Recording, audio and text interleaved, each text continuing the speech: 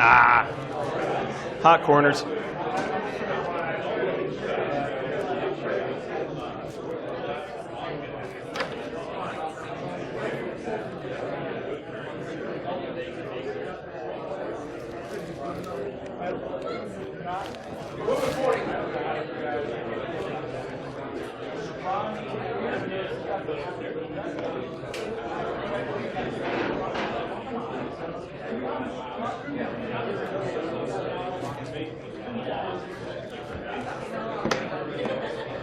You good to go, Adrian? Yes. All right, I'll go ahead and get started. First, I want to say thanks to B-Sides for letting me get up here and speak. The badge says talent. I don't know if that's really accurate, but I'm going to go ahead and try to do my best anyway. My name is Jamie Murdock. This talk is the importance of threat intel into your information security program. So a little bit about me. I'm the CISO at a company called BDS that is soon to be announced, so I can't really go into more. I have 15 years experience, primarily on the blue team side. I focused on security operations centers, incident response, threat intel, and all that kind of fun blue team stuff. In my previous gig, I worked for Dell SecureWorks, and my focus was building security operations centers, primarily for Fortune 500s, as well as building threat intelligence programs for them as well.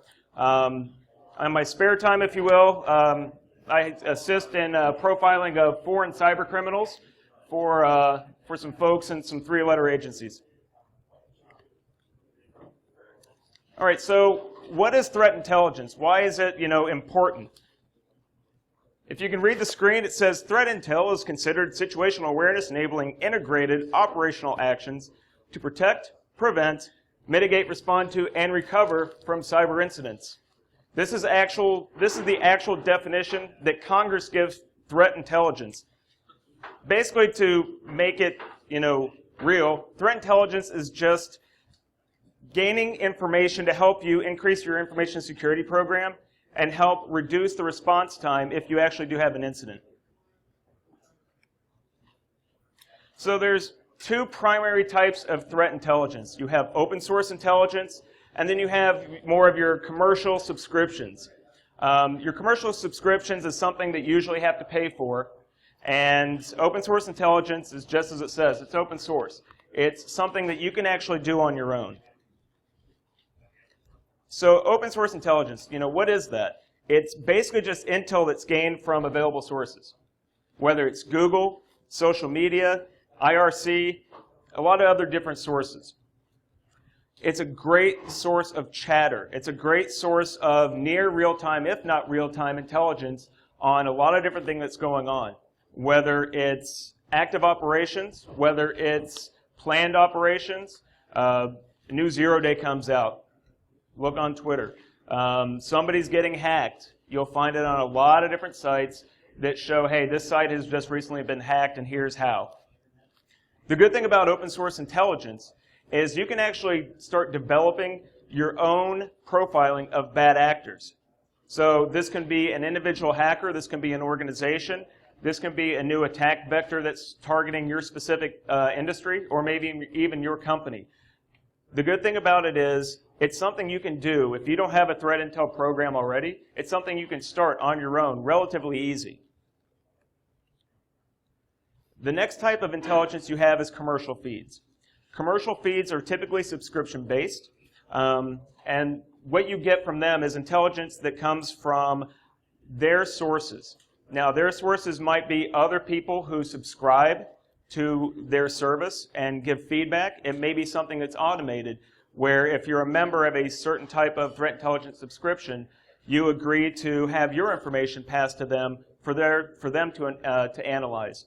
Or it could be something where they're monitoring network traffic, and they're seeing what's going on in the wild, and they're taking advantage of their internal resources, something you may not have, to actually look at what's going on in the world. They look at actual cyber threats, they can tear them apart, they have their own threat analysts working on them, and they actually have people who can reverse engineer malware, look at what that malware is, see where it's coming from, and then provide their subscribers that information. Now, the thing about commercial intelligence is it usually is based on IPs or certain domains. That's good because you can feed this information into your SIM. So it'll help you increase your monitoring perspective. The thing is, they also use open source intelligence as well. So they'll take this open source intelligence and they'll actually apply some logic to it. They can provide a timeline of bad actor A. What have they done in the past? How have they elevated their attack methods? What are they going to do in the future based on the path that they've already gone down? So your commercial feeds will actually take open source intelligence and put a lot of good information into it that you can use. Another good source of intelligence is the news. Issues in the real world directly affect the cyber world as it is today. It's important that your organization, no matter how big or how small, pays attention to what's going on in the world. Take a look at the situations in Syria and the Ukraine. You can actually plot out, if you pay attention and you start doing it on your own, you can actually plot out where the Syrian Electronic Army increases their attacks or their focus based on what the United States government says. So the President of the United States says, we want to start backing Syrian rebels for reason X. Well, you're going to see the Syrian Electronic Army start ramping up their operations based on that in almost real time. You start monitoring Syrian Electronic Army in Twitter, for example, and you monitor the State Department or the White House, and you see an announcement that has something to do with Syria, almost immediately, if not shortly thereafter, you're going to see SEA saying, oh yeah, you want to start supporting the rebels, we're going to start attacking you, and we're going to go after these people. The situation in the Ukraine, same thing. Shortly after the Russian incursion into Crimea, you saw an almost instantaneous escalation in cyber attacks from Ukrainian supporters in the Ukraine against Russian supporters, and companies that do business in Russia. So these things that happen in the news, these things that you see in the news that are happening in the real world, start to almost immediately mirror what happens in the cyber world. So I'm not going to go into a lot of examples. This is a half-hour talk, but I'm going to hit on 3 things in here that kind of, bring this whole thing together. The first one we're going to talk about is the SEA, the Syrian Electronic Army. Now, what they mainly focus on is misinformation. They'll take over Twitter accounts, they'll hack news sites, and they'll put out something to the effect of, there was an explosion at the White House. Barack Obama has been seriously injured. Now, it's a lie, it's misinformation, but what does that do? That starts to put a concern out to people who may see it and think it's real, that something has happened in the United States. There's been a terrorist attack in the United States. And what is that going to do?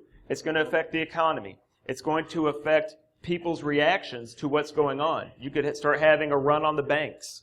You could start having, people maybe not even showing up to work because they're scared that, this is the big one and, the shit's hitting the fan. Something as small as a Twitter takeover can have further reaching effects into the real world.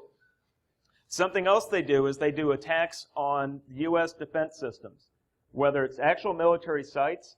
There's, the big boys like Northrop Grumman or Lockheed or any of these guys. Now they'll specifically target these kind of companies, but they will also go after their suppliers and even one step down the chain sometimes to their suppliers. So it doesn't, these things don't just affect the big boys. It also affects the companies that go from maybe a large company to a medium company to a smaller company, because if you can get a foothold in that smaller company, that smaller distribution chain, and you can get into them, then you can start pivoting your way up the chain to actually affect your true target. Russian and pro-Russian bad actors. Now, Russian hackers, this is nothing new. This has been going on forever. However, as I said before, once Russia invaded Crimea, you started seeing a big rise in attacks. And you started seeing a big rise in attacks from Russia to the United States. This is mostly because of retaliation against U.S. sanctions against Russia. So the United States imposes sanctions on Russia for invading Crimea. What do Russian and pro-Russian hackers do? They start targeting financial institutions in retaliation. They start trying to cause economic damage to the United States because they're feeling the economic pressure. This just doesn't affect financial institutions. You may not be in a financial institution. Your company may not deal with financial institutions. So you think, hey, I'm cool. It doesn't matter because we're not in that space. Well, what if your executives have dealings or holdings with these financial institutions? Or even employees that have dealings or holdings with these financial institutions. If I'm a bad guy and my end goal is to cause economic damage to the United States, why not go after this person, this executive in your company? Because he has holdings with this bank that I'm going after. So I'm going to target your company to get after him so I can use him to get into this financial institution and cause harm. Something similar, it's not really pertinent to what's going on in the world right now, but if you haven't heard, it was just announced that the NASDAQ was hacked 4 years ago by Russians. And their whole goal in that was to cause economic harm to the United States. Now, luckily, the code that they put in didn't work. So, allegedly, we don't have anything to worry about. But that's just another example of, what happens when real-world situations marry over into the cyber world. State-sponsored attacks. Everyone has heard a million times about China trying to hack the United States. Iran has really upped their game and is actually the top state-sponsored organization that is the biggest threat right now in the threat landscape. But they're not people who just go out and look for something really quick or the low-hanging fruit. They have predefined targets. They have specific goals to accomplish.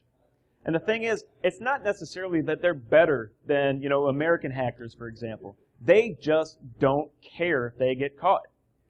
I mean, it's been proven that state-sponsored Chinese hackers targeted American corporations.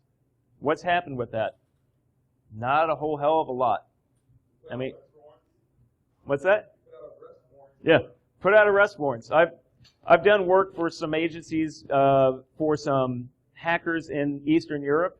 You know what's happened with it? Nothing.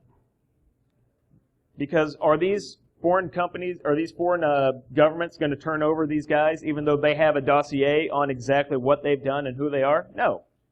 Nothing's really going to happen with it. They don't care. So why does all this matter? What makes it important for you or your company and the information security program? We have traditional defense in depth. We have our IDS, we have our firewalls, we have content filtering, we have all this different stuff. So why do you need to incorporate threat intel?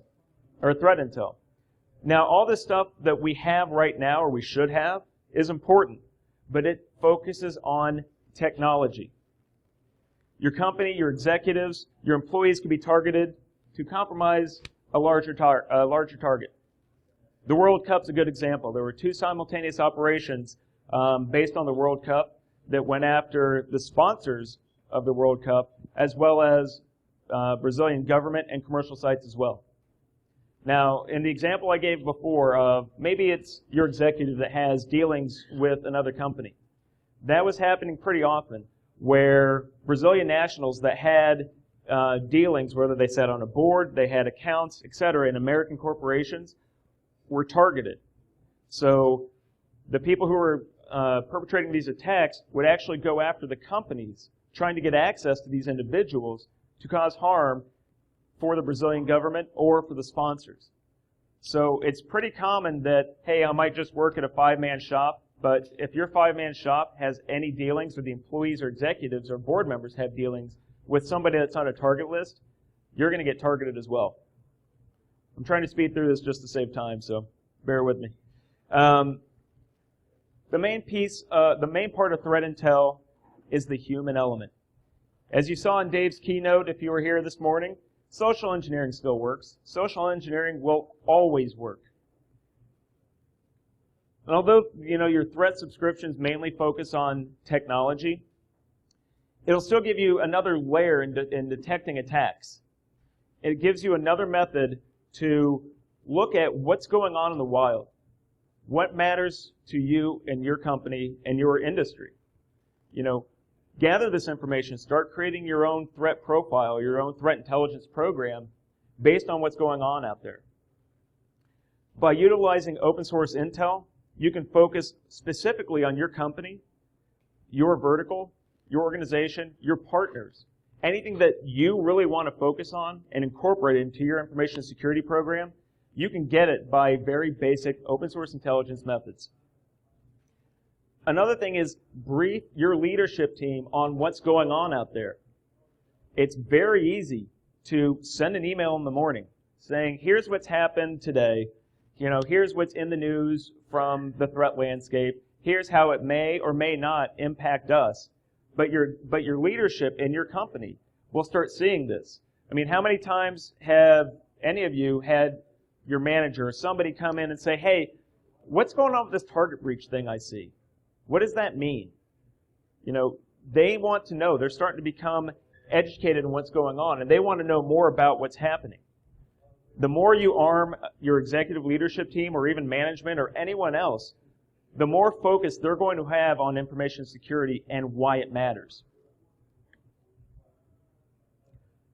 So the biggest question I get whenever I talk to anybody about threat intel is, well, where do I start? What do I do? How do I actually get something like this going in my organization? The first thing I tell anybody is monitor open source intel feeds. And honestly, the best thing is Twitter. Twitter is almost real-time information on what's going on. Talked to a couple of buddies of mine this morning that I used to work with at an organization. And they didn't know it, and there was another organization in the same vertical that was huge, and they didn't know it. They were getting DDoSed. Now, it was just a script kiddie running low orbit ion cannon, wasn't really being effective, but they were being hit. And one of my buddies who is in the SOC, who monitors Twitter, saw somebody said, organization X Tango down. I said, Tango down? We're not down. So they started looking into what's going on in their SIM. They started looking at their traffic. They started looking to see what's going on. And sure enough, they were under a DDoS attack. So they saw somebody else that was involved. They notified super big company. And they said, oh, we're being DDoSed? We have a DDoS attack going on? We didn't know. And these companies also have social media monitoring, which is usually a sales or marketing function. And they didn't pick up on it either. So just by monitoring Twitter, and if you do nothing but monitor Twitter, you're going to start getting a good threat intel package going. Provide daily threat landscape briefs to whoever will listen. I guarantee you, if you come in the morning, have your cup of coffee, by the time you're done with your cup of coffee and you start looking at what's going on in Twitter, what's going on in different, trade rags or anything like that, you'll have enough information to put an email together with these links, with this information, and send it out to whoever it is that's on the distribution list. So what does that do? It gains awareness on what the threat landscape is, where we're going, what's going on out there. And it gets more value to your information security program. Start taking this information that you can get from open source intel or even subscription feeds and incorporate that into your SIM. Start tracking this information. Start writing content in your SIM or your monitoring program to say, hey, we know that these sites are bad actors, that these IPs are malicious. So we need to really focus on that. Start profiling bad actors or groups or attack methods that are used, and take all this information and wrap it into your vulnerability management program. If you see that there's an attacker and his favorite thing to do is go after exploit X, and you have systems vulnerable to exploit X, in your monitoring program, start watching that. Start writing content that says, these systems have this vulnerability, this bad actor targets that, so if we see activity from this bad actor, especially on any of these vulnerable systems, we really need to have, the alarms going off immediately for that. So in conclusion, there's a lot of different threat intel sources out there. There's a lot of different information you can use and you can get and take advantage of. Real-world attacks, real-world situations play out in cyber world on a daily basis. You need to really start watching for collateral damage. You may not be a target, a direct target, maybe you are, of some of these attacks, but you could be collateral damage because of what's going on in the real world. There's a lot of different sources you can look into. There's a lot of different threat intel feeds that are free. There's a lot of different open source intelligence methods you can start using on your own. The main thing is just to start looking. It doesn't take anything to start monitoring some groups in Twitter. It doesn't take anything to start seeing what's going on in the threat landscape. Just take that information and apply it to your monitoring program, your incident response, your vulnerability management, and start getting some real-time information, because threat intel will actually take it'll start taking your monitoring program to the next step, so you're more proactive than reactive in your monitoring. And by doing this, it'll also help decrease the time it takes during an incident. Questions? You, sir.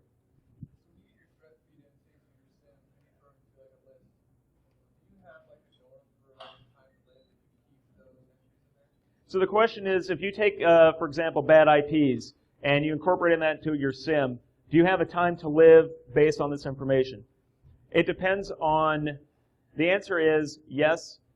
Now, how long you keep it in your SIM or in your monitoring program depends on what SIM you're using, how long you actually want to keep it. What I always recommend is just kind of continue to monitor that. So, is this IP still bad? Is it still malicious? Is it command and control? If it's command and control, has that command and control system been brought down? Does that answer your question? Kind of. I can talk more later if you want. Yes, sir. Kind of like stuff we're asking, you give me like a tweet or a threat group that you look at, just to kick us off. Sure. So the question is, for Twitter accounts to follow, just kind of a kickoff to start looking at. Syrian Electronic Army, SEA. I can't remember if that's their official or not. It might be SEA_official. There's a million different flavors of anonymous. Honestly, keywords. If you have TweetDeck, for example, and you can create lists, keywords like your company's name is big, or your company name and hack, your company name and Tango Down, your company name and whatever else you want to put in there. Look at different flavors of anonymous feeds. Keywords that are going out for different types of threats, like #op and then anything else, because that's going to be a great one to start with. From there, you can start building, branching it off. Any other questions? All right, I'll hang out for a little bit over here because I know I had to go through this pretty quick. So if anyone else has any questions, I'll be at the corner of the bar. Thank you. Thanks.